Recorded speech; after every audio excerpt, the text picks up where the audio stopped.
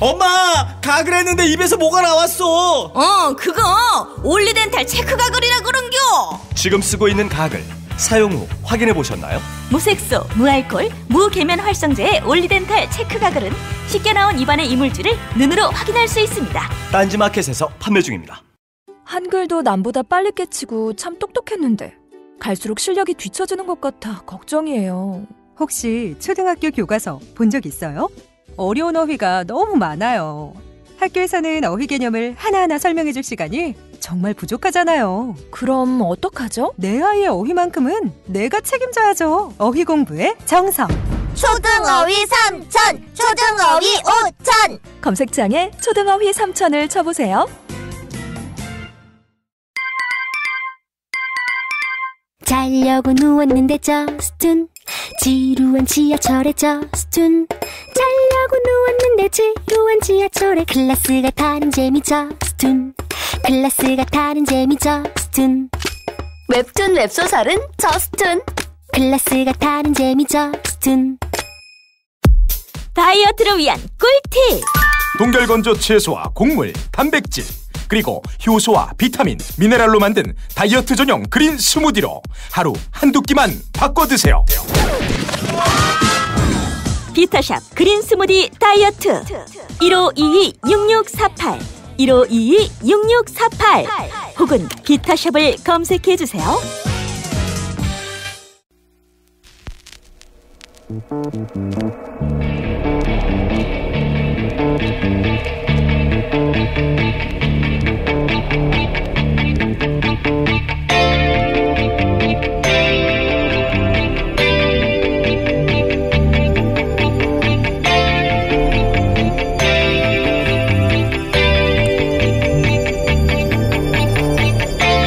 안녕하세요, 김원준입니다.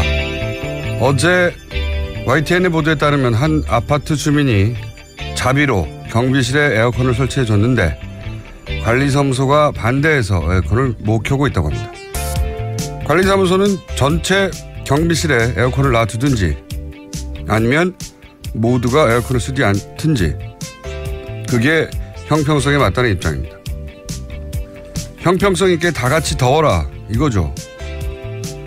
형평은 그럴 때 쓰라고 있는 단어가 아닙니다. 누군가 불공정하게 특혜를 입을 때 나머지 당하는 이들을 위해 존재하는 단어지 어떻게 한 사람도 빠짐없이 다 같이 불공정하게 대우를 받자는 게 형평인가요? 그런 식으로 형평을 정의하면 관리사무소부터 에어컨을 꺼야죠. 지자체에서 복지정책을 한다니까 박근혜 정부는 다른 지자체가 그렇게 못하니까 형평에 어긋난다고 니들도 하지 말라고 했었죠. 배에 물이 들어오는데 몇 사람만 구할 수 없으니 다 죽게 그냥 둡니까? 몇 사람에도 구할 수 있으면 구하고 그리고 나머지도 어떻게든 구해야겠다고 생각하는 게 사람의 상식이죠. 폭염에 고생하는 경비 아저씨 위해서 주민이 직접 자비로 사다 준 에어컨을 형평성을 내서 켜지 못하게 하는 관리사무소를 보고 있자니 우리가 비정상적인 시대를 너무 오래 살았구나 싶습니다. 사람처럼 좀 삽시다.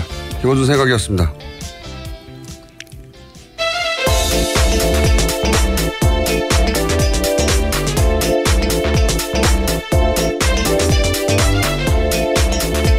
시사인의 김은지입니다.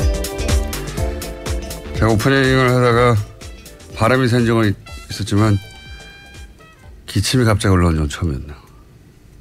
힘내십시오. 기침을 그냥 할 걸 그랬어요. 네, 삼키느라 힘들었습니다. 자, 첫 번째 뉴스는요? 네, 북한이 대륙간 탄도미사일에 탑재할 수 있는 소형 핵탄두 개발에 성공했다고 미 정보 당국이 결론 내렸다는 소식입니다. 워싱턴 포스트 보도인데요. 미 국방부 산하 국방정보국이 지난달 북한 핵개발 프로그램에 대한 기밀평가를 이처럼 했다라는 겁니다. 또 미 정보당국은 북한이 최대 60기의 핵무기를 보유한 것으로 추산했는데요.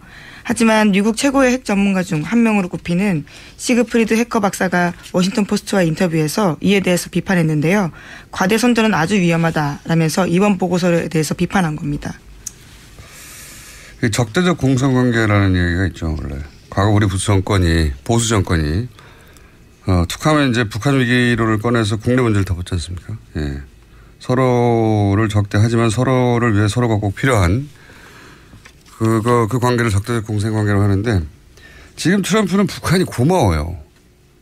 생각해 보시면 이 일이 직전까지 트럼프와 관련된 모든 뉴스는 다 사위, 아들, 딸, 러시아, 탄핵 이 뉴스였어요. 다 들어갔습니다 지금.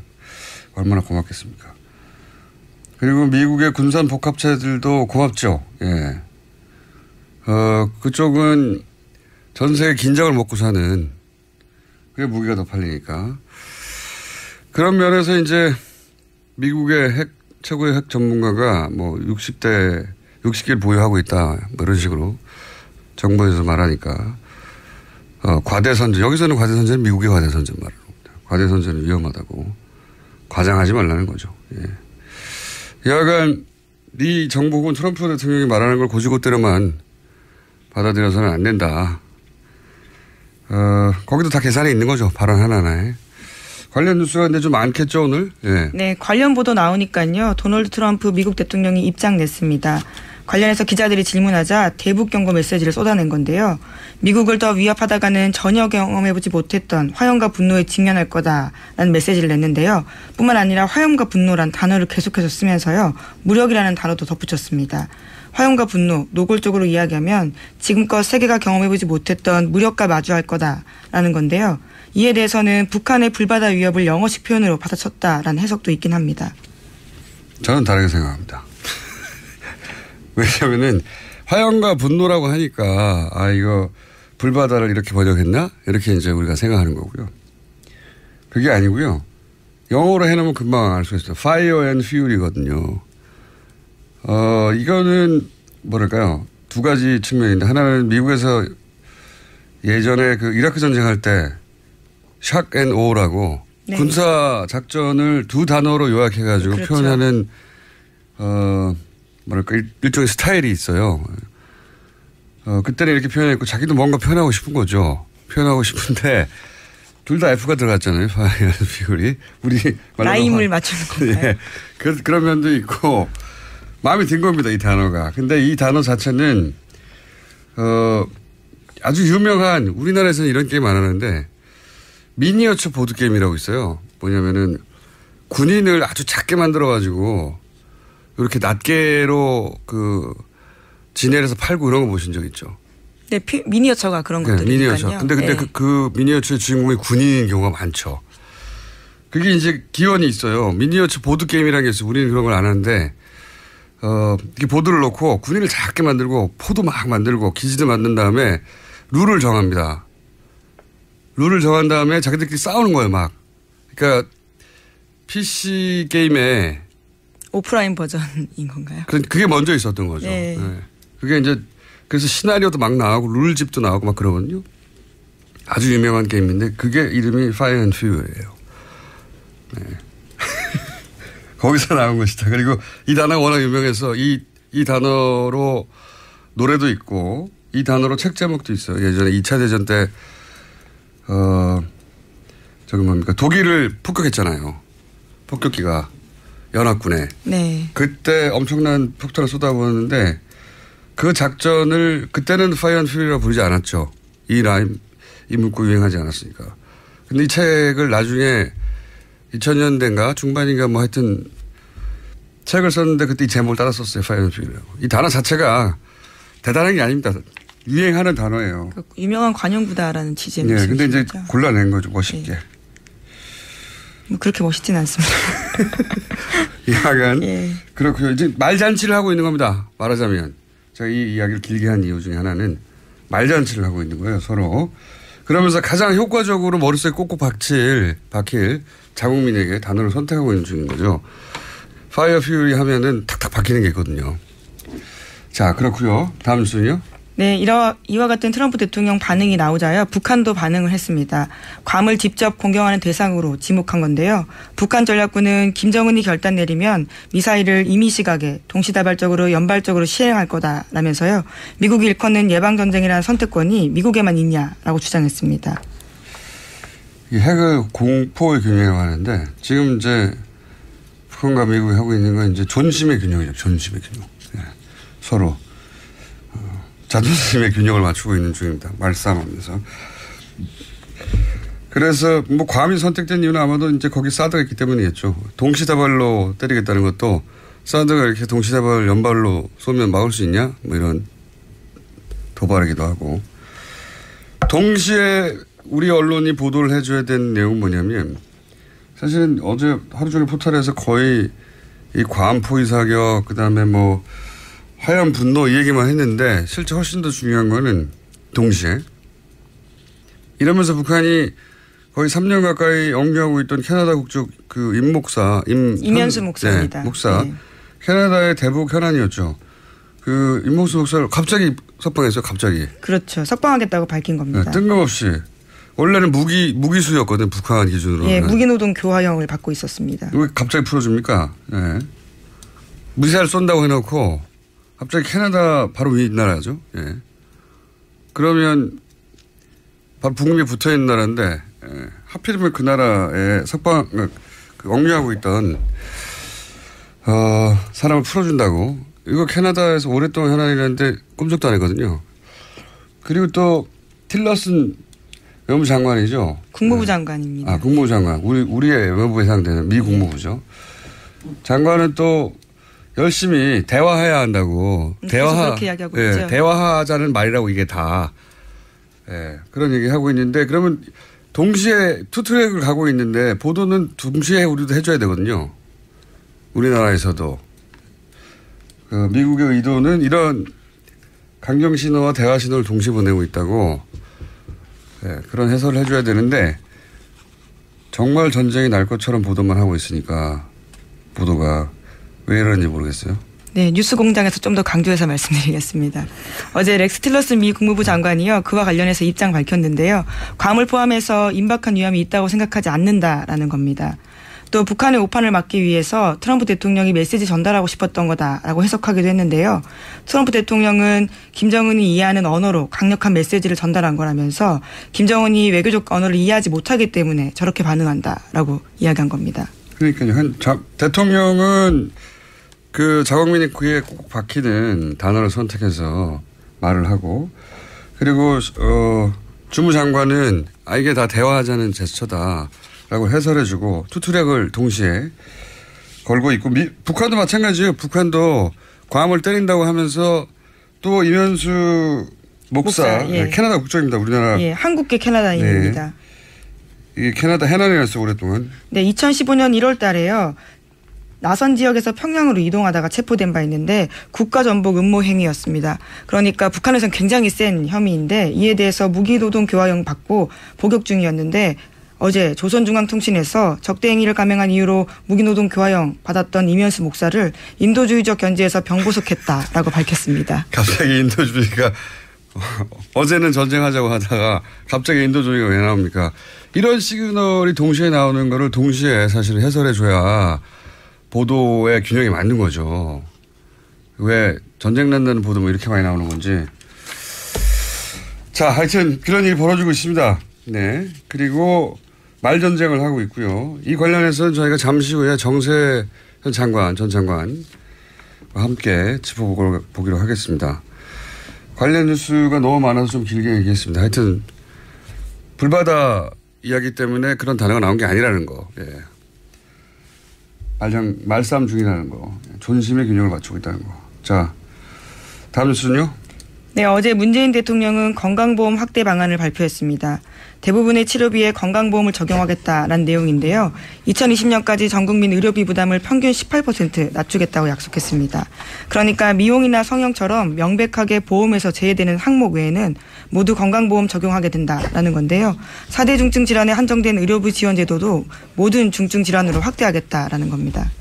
이게 좀 사실은 오랫동안 많은 대선 후보의 공약이긴 했어요. 네, 그렇죠. 한 번도 실현된 적이 없어서 그렇지.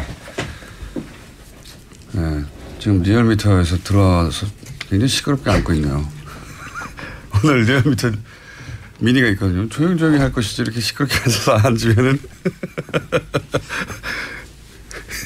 자, 우리 보험제도가 유럽에 비해서는 되지만 미국에 비해서는 뭐 몇십 년 앞섰거든요, 사실. 예. 이 분야 미국은 참 미개합니다, 보험제도. 국민보험제도에 있어서는. 미개란 단어를 쓰셔도 괜찮아요. 미개해요, 실제로. 예. 거기서. 이런 정도의 그 국민소득 수준과 흔히 말하는 선진국 중에 이런 보험제도를 가지고 있는 나라가 없어요. 근데 워낙 거기는 사보험 회사들이 막강하고 로비스트들이 그렇죠. 막강하기 때문에 예. 오바마 대통령도 결국 오바마 케어라고 하는 아주 반쪽짜리밖에 못했죠. 그것도 지금 미국에서도 그걸 지금 트럼프는 다시 예. 백하려고 하는 예. 것이고 거기는 환자에게는 헬이죠, 헬 정말로. 여하간 이렇게 해주면 좋은데요, 정말. 예. 비용과 성형 외에는 예를 들어서 뭐 암이든지 중증 같은 경우에 감기는 되는데 암이 안 돼서 문제다. 이런 게 핵심이었잖아요. 보험제도 문제 우리나라에선. 이렇게 해주면 참 좋은데 재원을 어떻게 할 거냐. 네. 이 재원을 어떻게 할 거냐를 제대로 설명해 주고 그리고 그게 문제가 없다면 만세죠. 이런 거는 진짜. 예, 우선 어제 정부가 밝힌 바로는요. 건강보험 누적 흑자 일부와 국가재정으로 감당하겠다라는 건데 또 계속해서 세금과 관련된 정책도 나오고 있습니다. 알겠습니다. 저 리얼미터 옆에 앉아서 부실부실 거리고 있으니까 빨리빨리 진행하죠. 자, 제목 중심으로 좀 훑어보겠습니다. 네, 국세청이 부동산 탈루 혐의자 286명에 대해서 세무조사 나섰습니다. 다운계약서 작성, 변칙증여 등 혐의가 의심되는 사람들한테 전국 동시에 세무조사하겠다라는 겁니다. 네, 소위 파리 부동산 대책의 후속인 거죠. 예. 이제 안 팔면 되지 않느냐 이런 반응에 대해서 그래? 그러면 뭐 당장 소득원도 없는데 주택을 이미 3채 이상 갖고 있다든가 뭐 아니면 분양권을 팔았는데 양도소득세가 전혀 없다고 신고했다든가 뭐 이런 의심스러운 사례들 골라서 탈루한 거 아니야? 라고 국세청이 흔히 말하는 털기 시작한 거죠. 예. 근데 뭐 원래 내야 될 것들을 안 낸 거니까요. 무섭겠습니다. 네. 이렇게 돼서 걸리면 부동산은 덩어리가 커서 한 번 걸리면 몇백만 원이 아니라 몇억 단위로 세금을 추징당할 수 있거든요. 예. 집안채가 날아가는 거죠. 이런 식으로 하면. 김상조 위원장이 그랬지 않습니까? 정부 정책에 정하지 말라고. 예. 지금은 정하면 안 되는 시기입니다. 자, 부동산은 그렇고요. 예. 다른 뉴스는요? 네, 또 종교인 과세 관련해서는요, 또 유예될 수도 있다라는 논란이 있는데요. 예정대로라면 내년 1월 1일부터 종교인도 소득세 내는 대상이 됩니다. 하지만 김진표 의원이 이 시기를 2020년까지 미루는 소득세법 개정안 발의했습니다. 국회의원들 중에 개신교도들 중심으로 김진표 의원은 특히 대표적이죠. 예, 관련해서. 종교인 과세 문제는 저희가 별도로 다룰 만한 덩어리의 뉴스라서 짧게만 언급하자면 성경에도 나와 있어요. 가이사의 것은 가이사에게. 예. 세금을 내야 됩니까? 라고 예수에게 묻자. 가이사의 것은 가이사에게 주라고 세금 내라는 얘기입니다. 예. 성경에 그런 말이 있습니다. 다음에 다루기로 하고. 자, 다음 뉴스는요? 네, 검찰이 국정원의 민간인 댓글 부대 자료 공식 요청했습니다. 그래서 이번 주 중으로요, 자료가 넘어갈 것으로 보이는데요. 관련해서 특히 국정원 예산 부분에 검찰이 집중해서 보겠다라는 겁니다. 이건 의미가 있네요. 물론 뭐 예산을 국정원에 설마 다 넘기겠습니까만은 어쨌든 국정원의 예산을 들여다보는 첫 케이스가 될 수 있으니까 10분의 1만 넘긴다고 하더라도 뭐 혹은 100분의 1만 넘긴다고 하더라도 의미가 크네요. 이건. 국정원 예산은 사실은 국회의원 일부 그것도 문 닫고 비밀 발설하지 않는 전제하에 큰 덩어리로 들여다볼 수 있었을 뿐 세부적으로 들여다볼 수 없었거든요. 그러다 보니까 문제점들이 많았습니다. 불법적으로 전용되는 경우가 많아서요. 그러니까요. 자, 이제 한두 개 정도를 풀면 끝날 것 같습니다. 예. 네, 오늘 국민의당 827 전당대회 후보 등록이 시작됩니다. 오늘 11일까지 후보 등록 마감하고요. 또 이제 전당대회가 시작됩니다. 그렇군요. 여기서 안철수 후보가 대표가 되지 못하면 큰 문제죠. 예, 안철수 후보 자신에게. 국민의당에게도 큰 위기가 닥칠 수 있고. 대표가 된 이후에도 쉽지 않습니다. 제가 보기에는. 그런데 뭐 그건 저희가 걱정할 일은 아닌 것 같고요. 예. 다음 뉴스는요. 하나 정도 더 하면 끝날 것 같은데요. 예, 박지원 의원이요 또 관련해서 폭로한 게 하나 있는데요. 19대 대선 당시에 안철수 국민의당 후보와 유승민 바른정당 후보 간에 단일화 논의가 있었다라는 겁니다. 이에 대해서 유승민 후보는요 부인했습니다. 단일화 후보 자체가 없었다고 했습니까? 아니면 단일화 후보 단일화 후보 논의 자체가 없었냐? 아니면 논의는 있었지만 그런 말은 한 적이 없다. 그 어떤 말도 들은 적이 없고 한 적도 없다라는 겁니다. 아예? 예. 김무성 의원은 반응은요? 김무성 의원 같은 경우에는요. 자신은 관련해서 그런 말을 박 의원에게 전한 적이 전혀 없다라면서 박 의원이 자기에게 들었다면서 소개한 유승민 의원 발언은 사실무근이다라고 했습니다. 다만 만난 거는 맞는데. 그렇죠. 단일화 논의를 한 거는 맞는데 유승민 의원이 단일화 할 거면 햇빛 정책 대북 정책을 버리고 사과해라. 예, 국민의당이 이럴 수는 없죠. 예. 그러면 자신이 탈당해 준다 이렇게 해야겠다는 겁니다. 박지원 대표는 바른정당이 그걸 요구한다면 그렇다면 내가 햇볕 정책을 추진하는 당사자라고 할 수 있는 박지원이 내가 탈당해 주겠다. 그러면 단일화 되겠느냐. 이런 말을 주고받았다는 거예요. 그때 당시에. 박지원 전 대표의 주장입니다. 물론. 예. 방송에 대고 한 이야기고요. 여기에 대해서 이제 코멘트를 한 거죠. 여기서 이제 디테일한 내용들은 갑론을박하고 있는데 어쨌든 만나서 안철수 유승민의 단일화를 얘기를 했다는 것은 사실로 밝혀진 셈이네요. 예, 김무성 의원이 그에 대해서는요. 주호영 의원까지 같이 만난 적이 있다라고 밝혔습니다. 네, 한 번 만난 적이 있다라고 하는 것이고 박 전 대표는 여러 번 만났다고 하는 거 주장하고 있는 것 같은데 횟수는 중요하지 않고 단일화를 하려고 했다. 예. 알겠습니다. 박지원 대표를 한번 모셔봐야 되겠네요. 자, 바로 이어서 부시럭거리는 리얼미터 권순정 시장 나오셨습니다.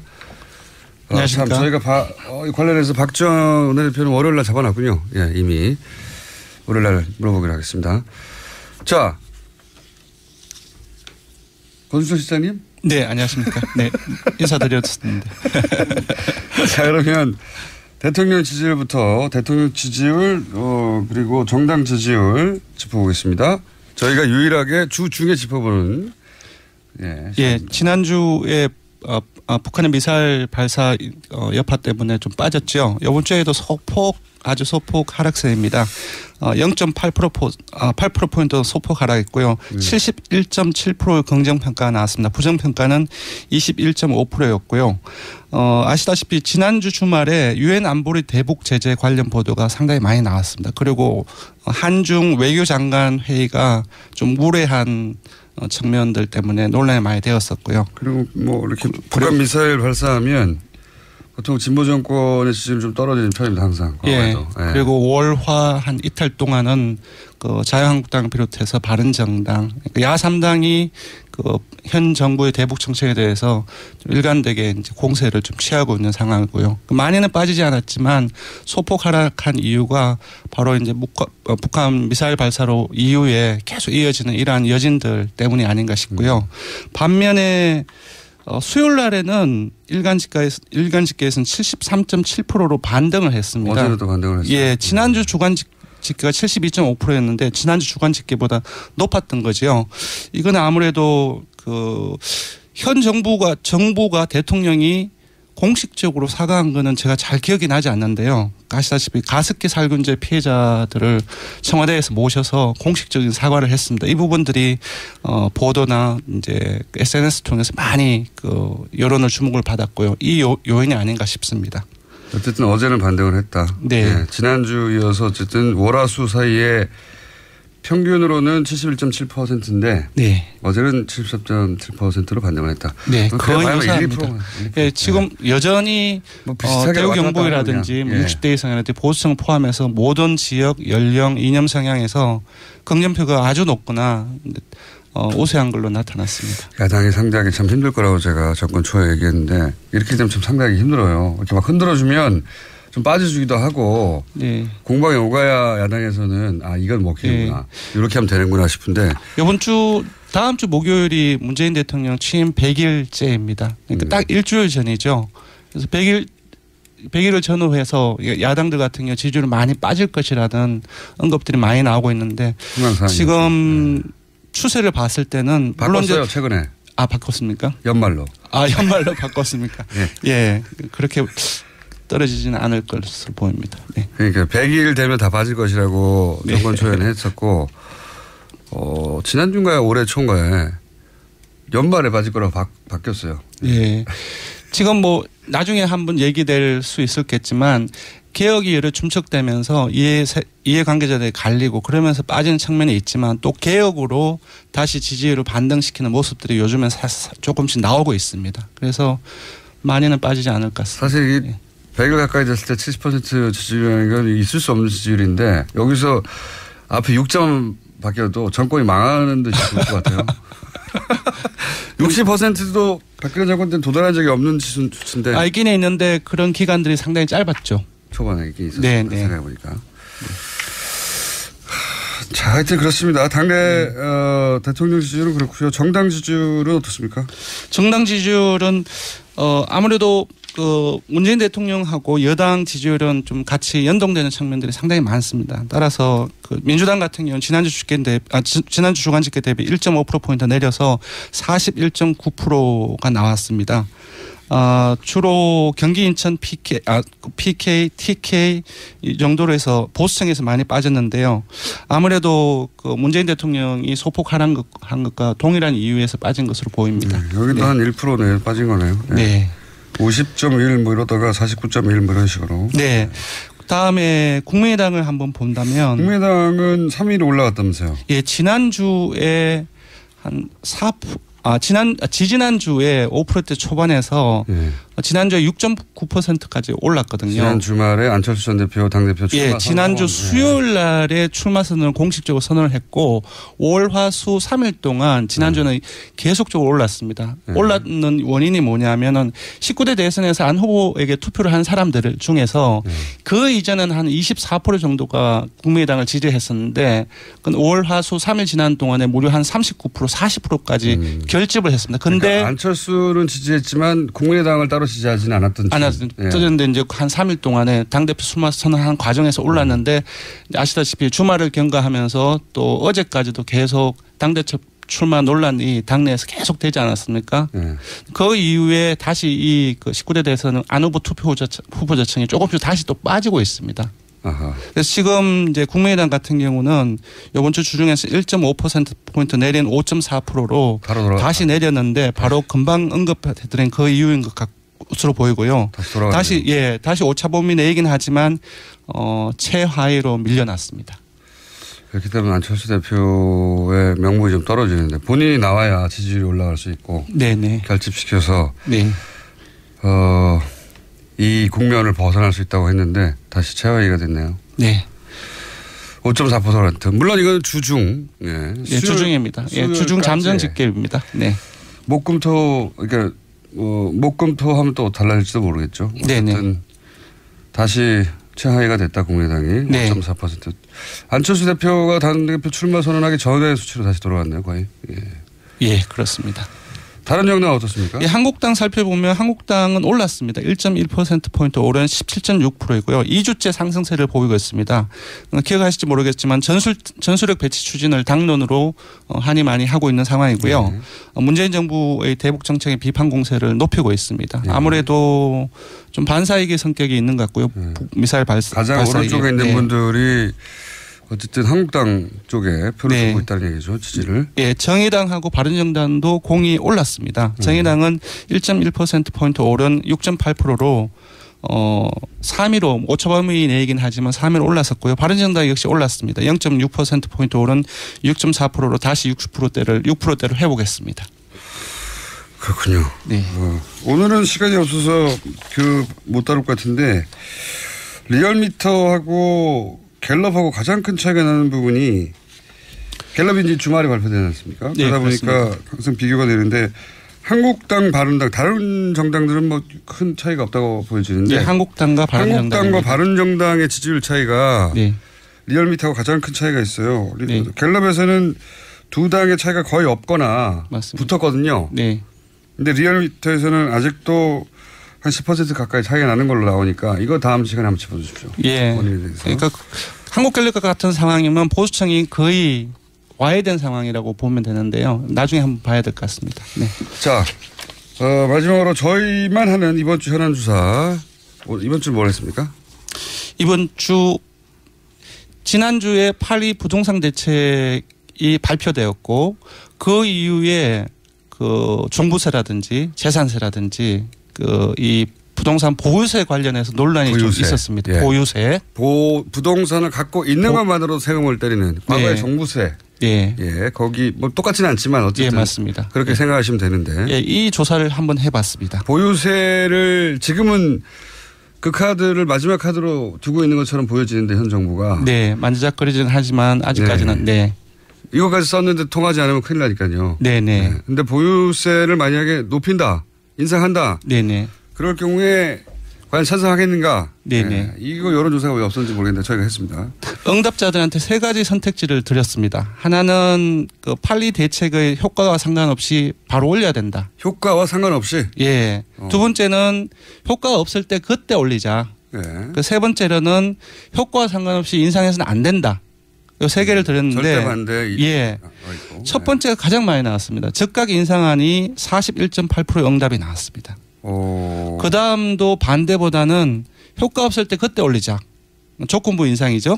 25.8%로 올라 나왔고요. 70%가 가까이 되네요. 예, 효과와 상관없이 안 된다 인상은 이 응답은 20.6%가 나왔습니다. 네. 68%가 70% 육박하는. 야. 예, 인상으로 보면은 조건부 이상이든지 아니면 적각 이상이든지 인상이니까 합치면 한 70% 육박을 하고 한 3배 이상이 반대보다는 많습니다. 하하. 그래서 지금 잠시 보면 지금 이 보유세 문제는 지금 8.2 부동산 대책이 투기 근절이라든지 주택값 안정화라든지 이 부분에 목적을 하고 있는데 지금 유권자들 같은 경우는 단순히 부동산 보유세 문제를 이 목적에 한하지 않고 있는 것 같습니다. 그러니까 돈을 많이 버는 사람들은 많이 내고 그리고 돈을 적게 버는 가난한 사람들은 좀 적게 내는 어떤 조세의 형평성 차원이랄까요. 이런 부분으로 접근을 하고 있기 때문에 이 부동산 보유세 문제의 적각 찬성 인상해야 된다는 의견이 높게 나온 것 같습니다. 조세 정의 차원에서 보는 거군요. 네네. 예, 참여정부 때 10년 전에는 예. 종부세에 해당되는 사람들이 5%도 안 됐는데. 맞습니다. 네.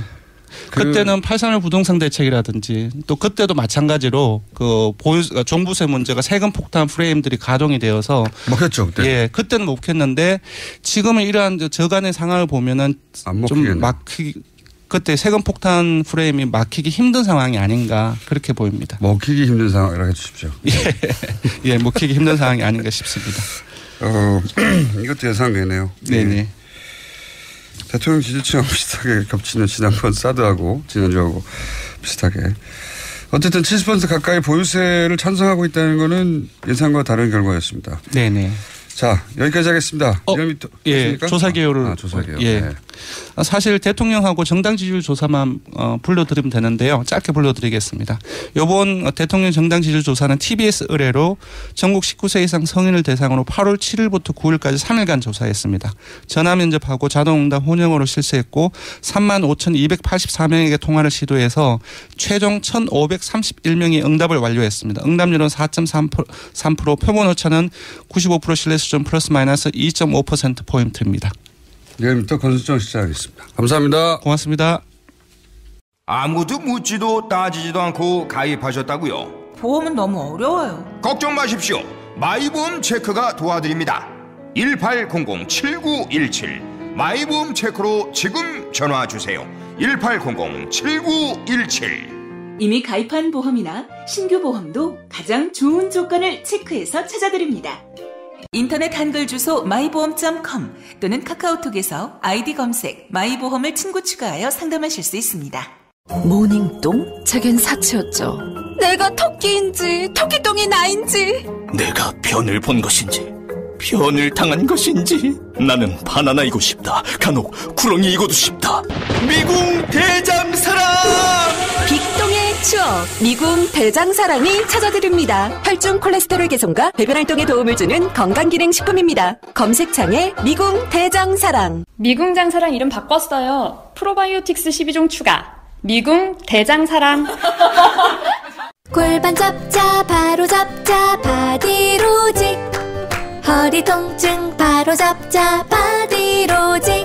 2017년 쿨 썸머 바디로직 라이트 출시. 통기성이 좋아 땀 걱정 없이 한여름에도 쾌적하게. 입은 듯 안 입은 듯 가벼움의 신축성은 그대로. 자세가 좋아지는 골반 교정 타이즈 바디로직. 검색창에 골반 교정 바디로직 라이트.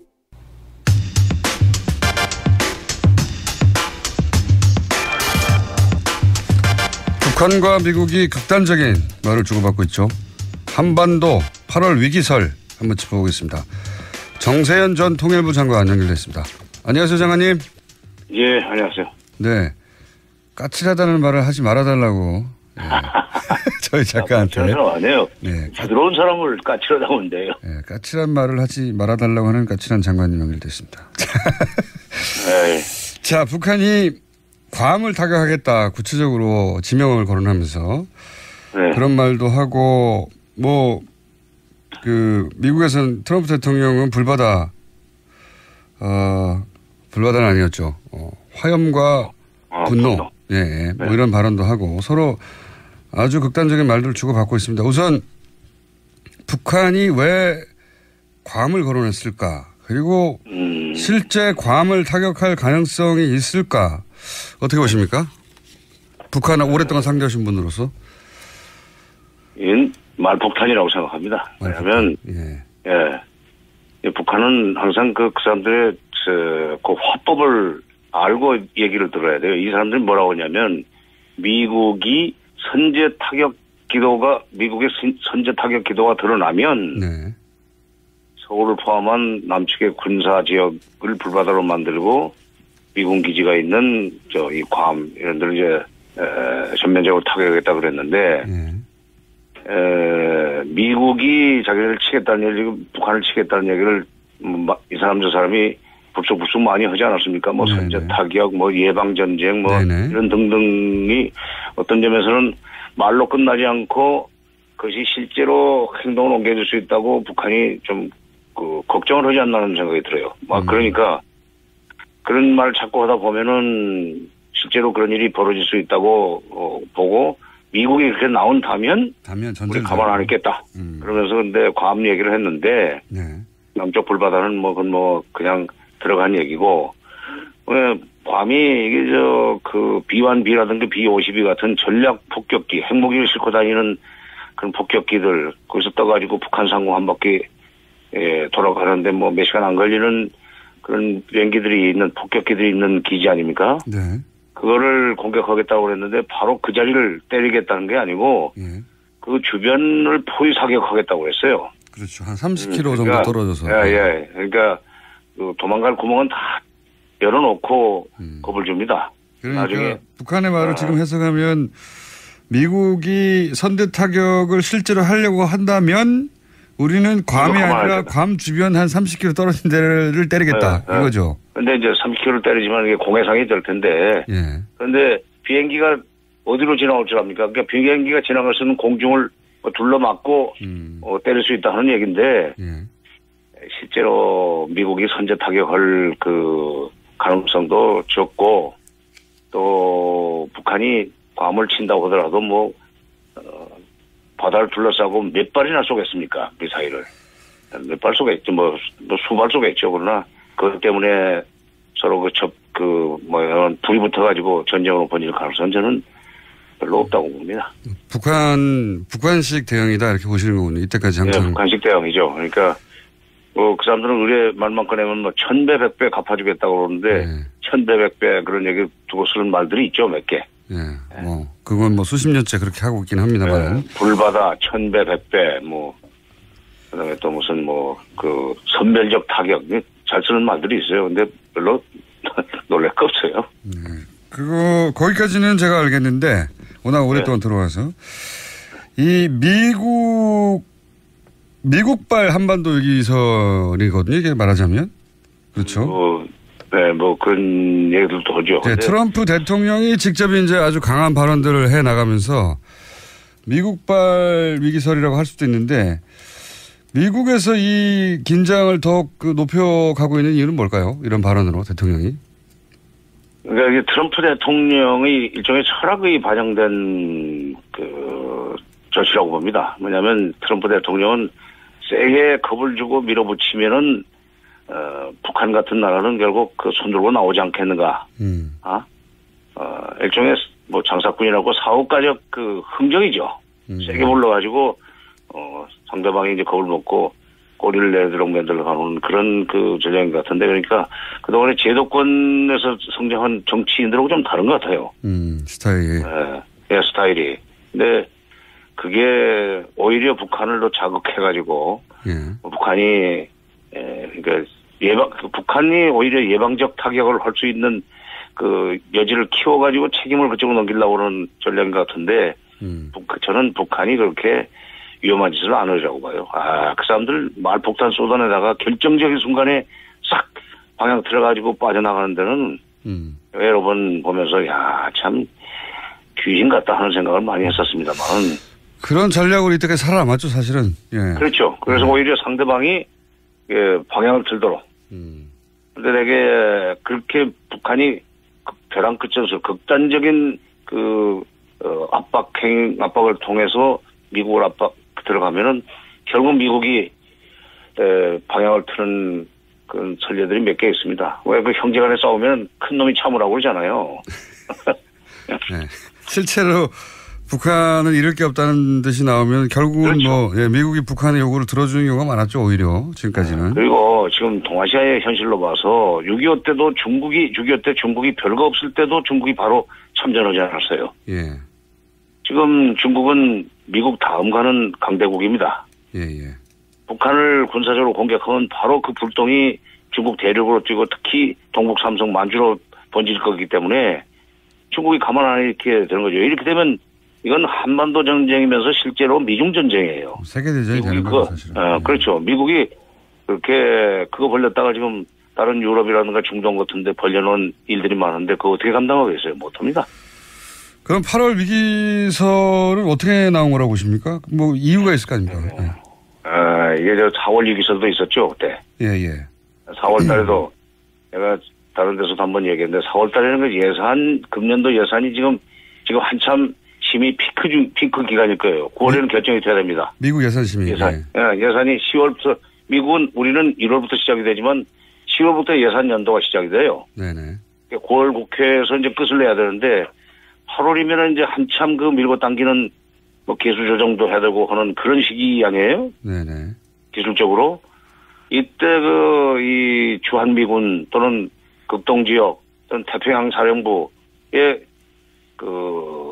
예산이 깎이지 않도록 하려면 이 한반도가 위험하니까 절대로 이 부분은 손대지 말라는 그런 어떤 메시지를 보내기 위해서 나는 이 출처가 미국 내 군산복 합체 내지는 군부라고 봅니다.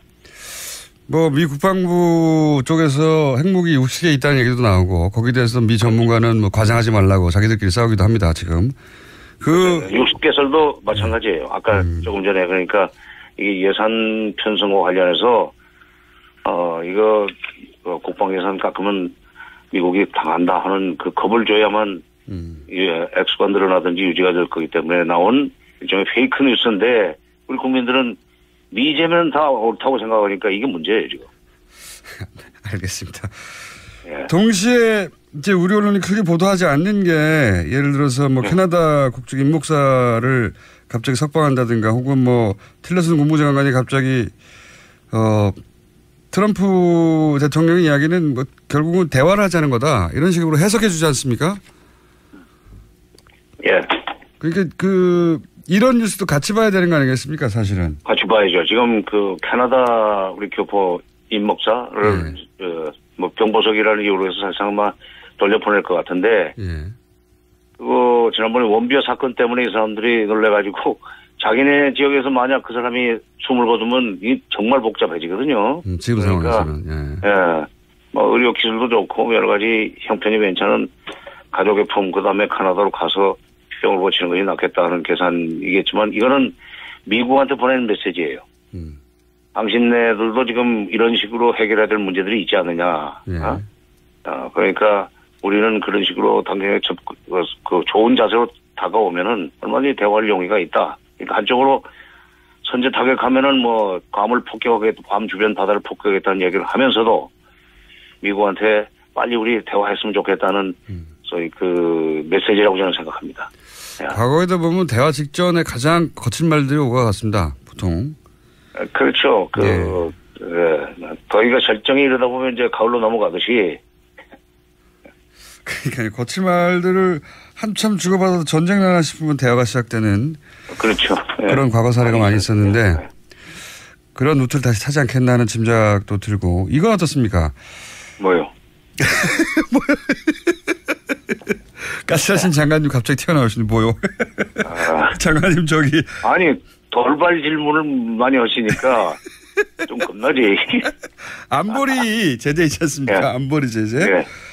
거기서 뭐 석유는 빠졌다. 뭐 그렇지만 가장 강한 제재다. 뭐 이런 식의 얘기 많이 나오는데 안보리 제재로 북한이 미국이 원하는 대로 갈까요? 안보리 제재 효과가 있겠습니까?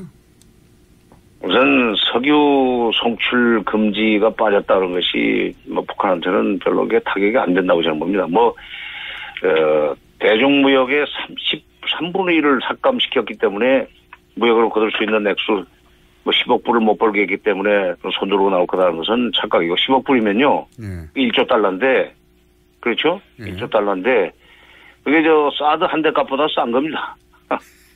1조 2천억 달러가 그렇잖아요. 그렇군요. 근데 북한 무역이 규모가 아무리 작더라도 3분의 1 타격을 입는다고 그래서 미국이 시키는 대로 손두고 나올 가능성은 없고 안보리 제재가 지금 8번째입니다. 근데 7번째 안보리 제재를 결의하면서 또 역대급이라고 맨날 그랬어요. 가장 강력한. 항상. 가장 강력한. 이게 무슨 신문 광고 같은데 어디 보면은 무슨 역세권 2분 거리, 3분 거리 하는 식으로 맨날 근데 7번의 유엔 제재를 당하고도 작년에 북한 경제가 3.9%나 성장했다면 북한 경제는 아무런 영향을 안 주는 게 유엔 제재라는 거 아니에요?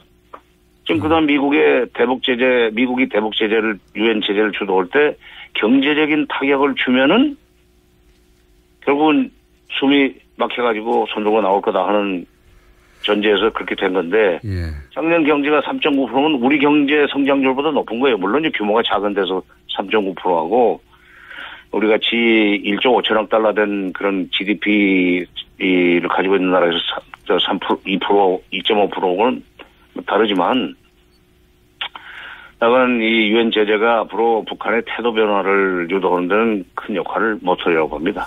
결국은 협상으로 넘어가야 되지 않겠는가. 미국도 곧 그걸 알게 될 거고 특히 우리가 이런 식으로 가지고 안 된다는 걸 알면서 왜 자꾸 이렇게 압박으로만 가느냐 하는 얘기를 우리가 해줘야 돼요.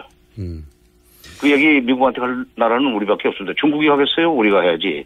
미국이 하겠어요? 이제 북한이 하겠어요?